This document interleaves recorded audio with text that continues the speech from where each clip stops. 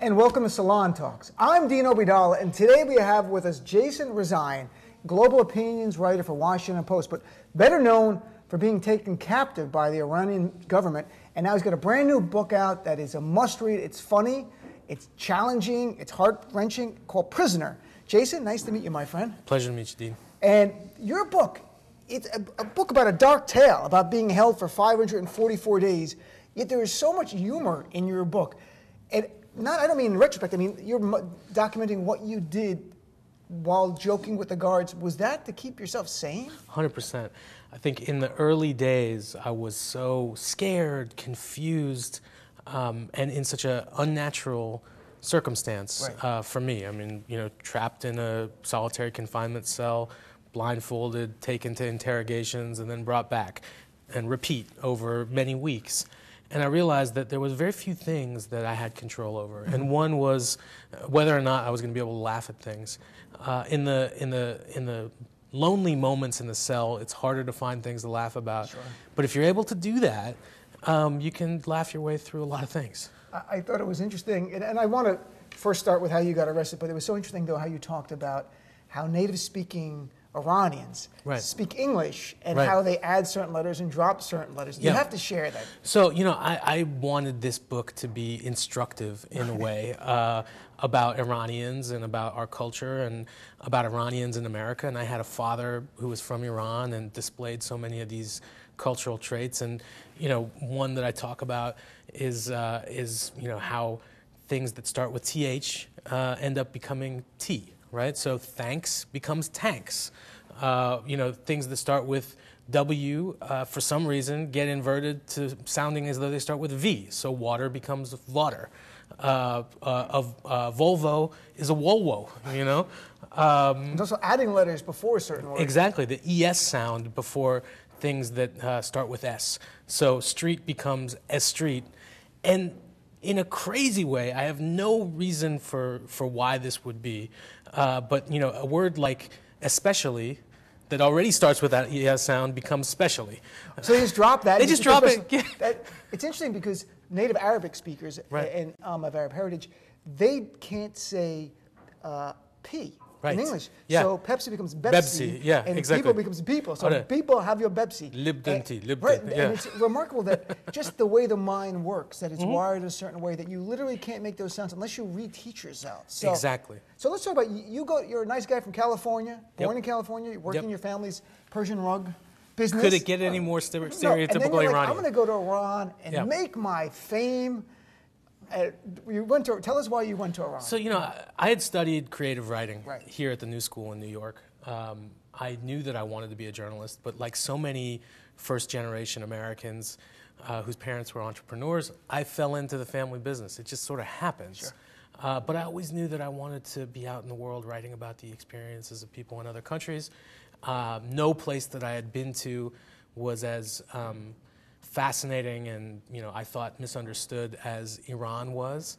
And I kind of had this idea that if I was ever able to relocate myself and spend a significant period of time there, I'd be able to write some good stuff. And that's what happened. It took me years to string that together. But in 2009, after having traveled there maybe a dozen times or more in the previous several years, I just decided I was going to move there and take a crack at being a foreign correspondent. And it worked. It worked well. I mean, you were doing well. You met your wife, Yegi, there. Yep. And it seems like, from an outsider's point of view, reading the book, from when you got there in 2014, you were flourishing. I mean, it took a little time, but Washington Post. This is why I was bureau chief. Yeah, bureau. I was the bureau. You were the bureau from Washington Post. You have a lovely wife, and then all of a sudden, the Iranian security agency comes to you. Tell us what happened. Take us through that. So, we had been working, both of us as journalists, at a very high level, right? I was, as you mentioned, the correspondent for the Post, the entire bureau. I'd written hundreds of stories for the Post and other news organizations over the years. Was an accredited journalist, well known by the security apparatus inside Iran and internationally in the media. And very surprisingly, they showed up at our house one day in July of 2014 and basically ransacked our home, blindfolded my wife and me, hauled us off to prison, told us that we were spies, that we were being taken because we were spies, and that we had a choice: either start spying for Iran or spend the rest of our lives in prison. And that's sort of a kind of a stark set of options. And but what did you? I mean, you had not been arrested by the Iranian authorities before this. Never. I had been harassed. Right. I had been, questioned in more polite ways. I'd been advised at times of difficult political atmospheres, street violence, that I should stop reporting or that I should leave the country, temporarily. And I always played by the rules because as a freelancer, you have certain risks that are different than if you're a staff person. And once I became a correspondent for the Post, they want you to be able to stay in the game, and they don't want you to get in trouble, and they don't want anything bad to happen to you. So I always played by the rules that were established for us. And for that reason, more than anything, it was so crazy and jarring for my wife and I for this to happen. I read in your book that your wife came to you shortly after you were both imprisoned and sort of said, like, I hope you're not a spy. You better not be a spy. What was it like to hear your wife actually, in her mind, open to the possibility that maybe you actually were a spy? I don't think she was really open to that possibility. I think she just needed confirmation from me in that moment. But even the question, though, it was jarring. Especially, yeah. I'm blindfolded. I can't see her. She says to me, we'd been at the prison probably by an hour at that point, separated. Apparently, she'd already been changed into the prison clothing, and she says to me, they're saying you're a spy.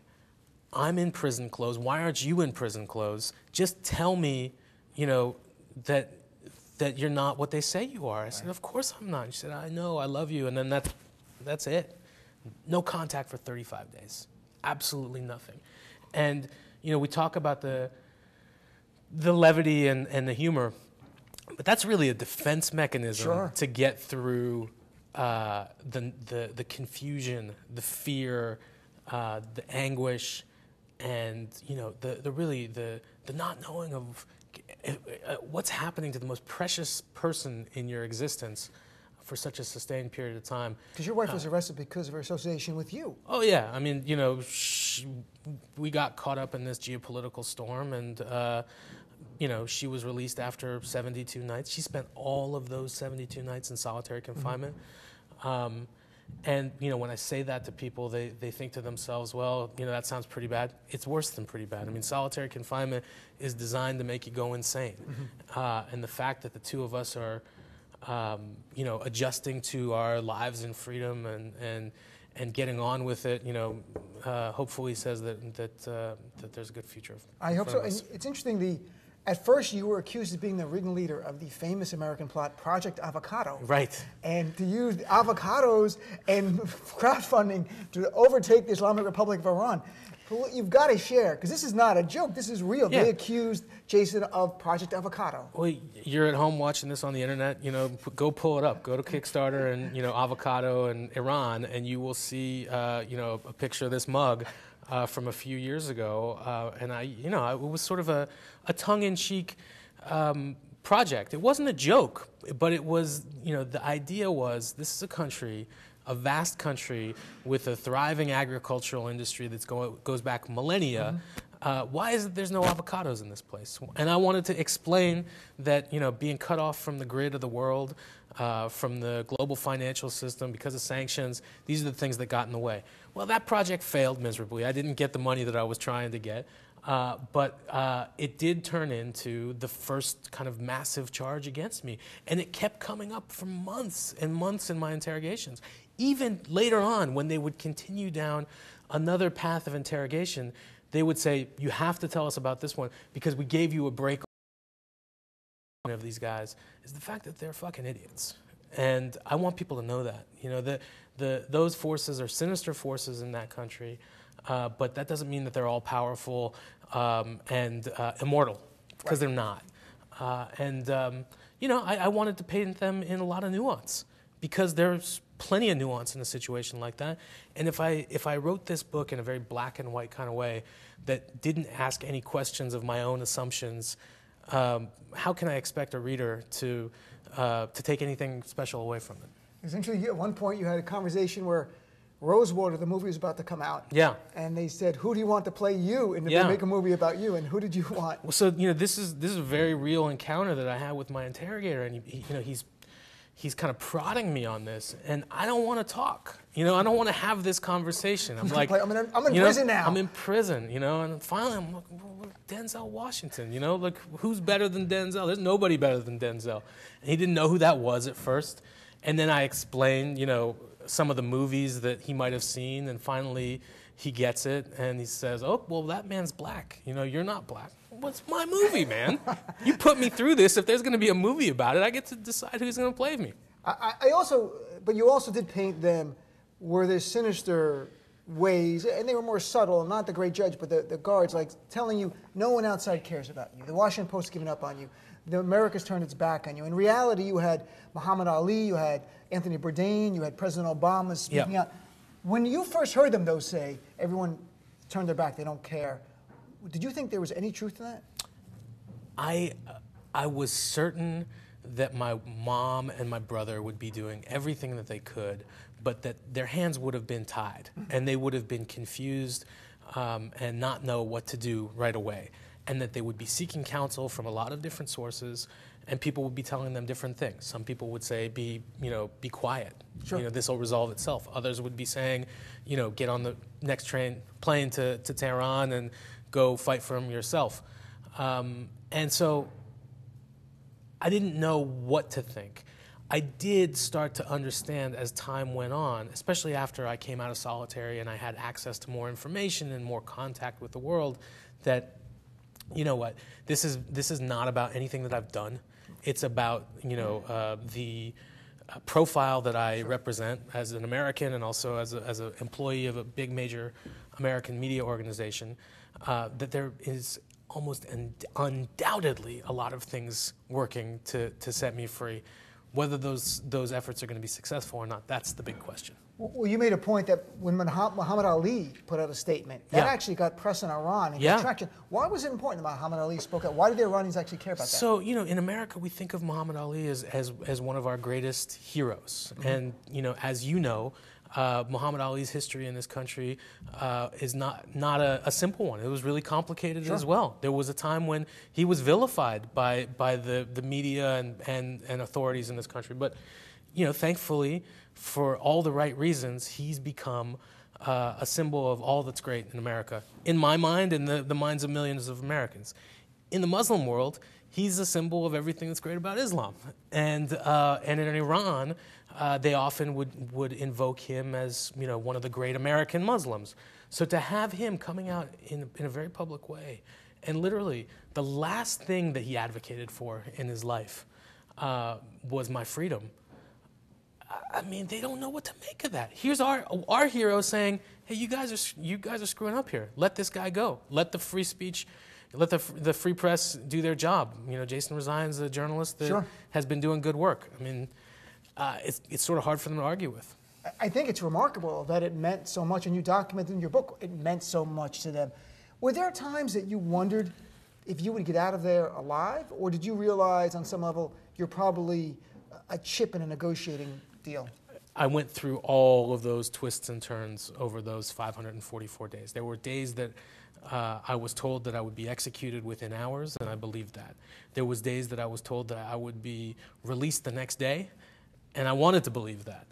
The thing that I think stuck with me the most from the time that I came out of solitary confinement until a few days before my release, the constant fear was, what if this takes many years to resolve?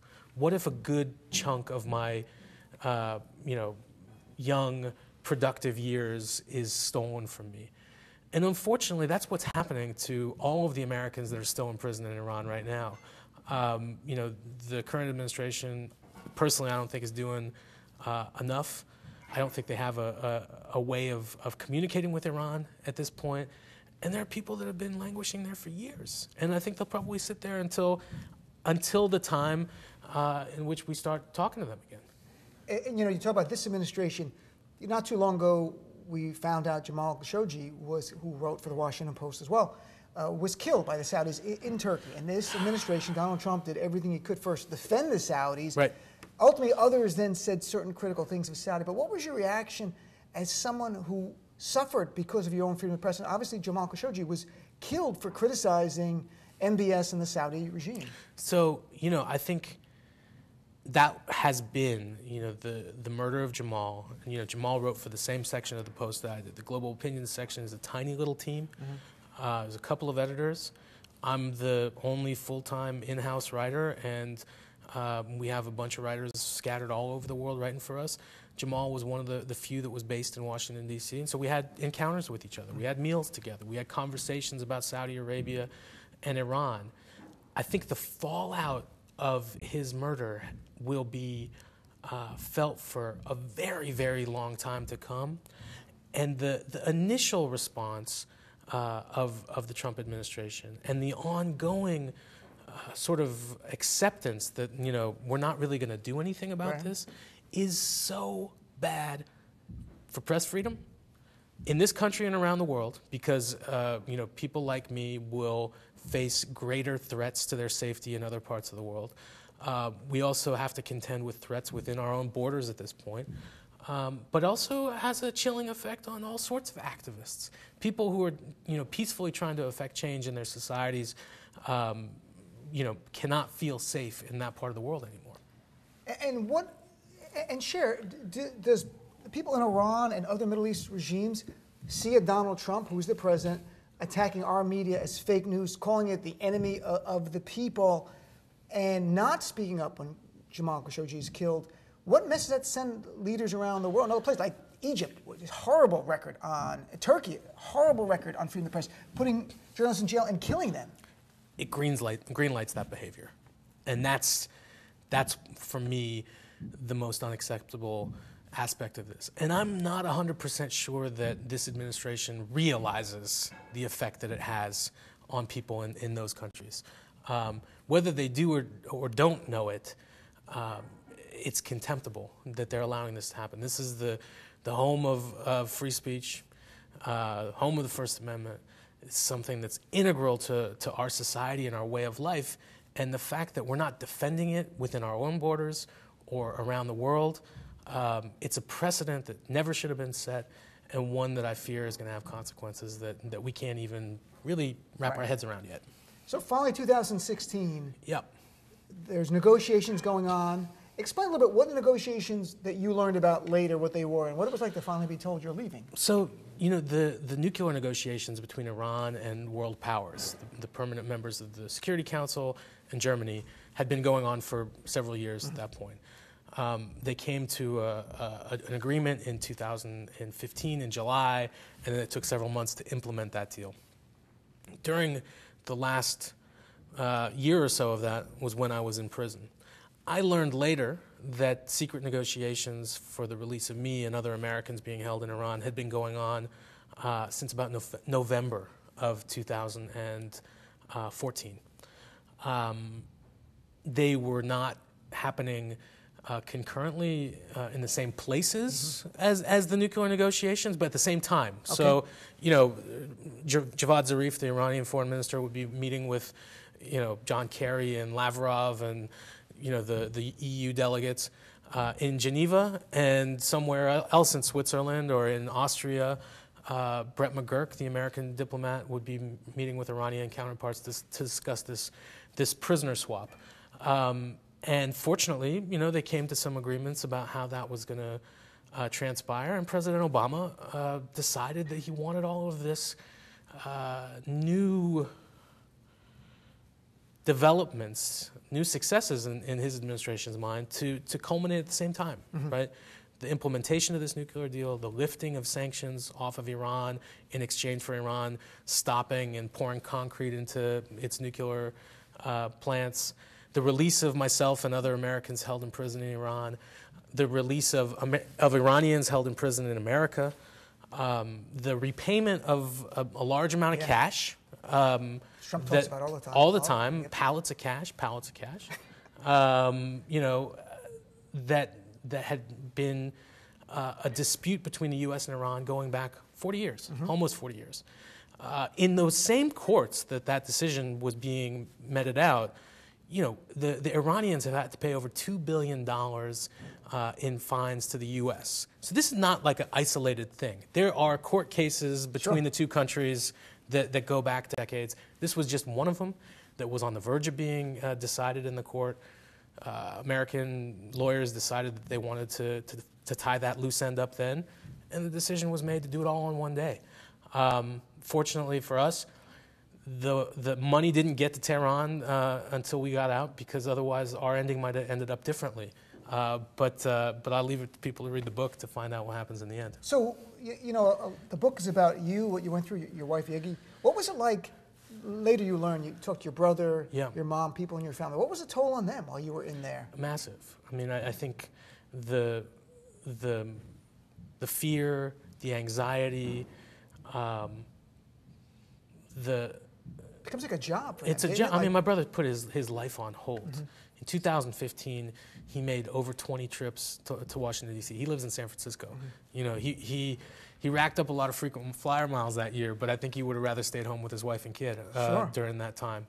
My mom came to Iran, you know, a woman in her early 70s, tried to advocate for my release. She was threatened by Iranian security officers in very passive-aggressive ways. Mrs. Rezaian, you know, you're welcome in this country, but we can't protect you. What if you die in a car accident? You know, I mean, this is the way that they treated her. And, you know, I think we can laugh about some of it now, but it's altered our relationships with each other and how we walk in this world.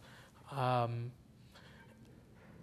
it's been, you know, for me, incredibly gratifying to know how much effort from my family, from my employers, my friends, other people in media, people in government, how much effort went into bringing me out.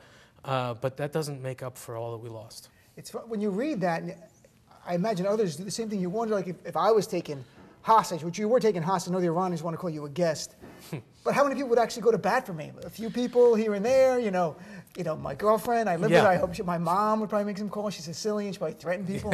but you really, honestly, you wonder, like, how many people would care that much, like your brother and like my mom would, and to get the government involved, it makes a difference. And I think the irony of so much, and I even hear it in your tone now, is that you wanted Americans to see a different side of Iran. And you went there in a way to try to write things to show them a different side of Iran than they were getting the American media. Yet you were taken hostage, so your story is actually perpetuating that thing, right? But based on actual action, not on stereotypes. Exactly. So, you know, I took it as a teachable opportunity, a moment where I could take this horrible experience that happened to me and hopefully not have it inflict any more damage on the perception of the people and the culture of that country, because they haven't done anything wrong.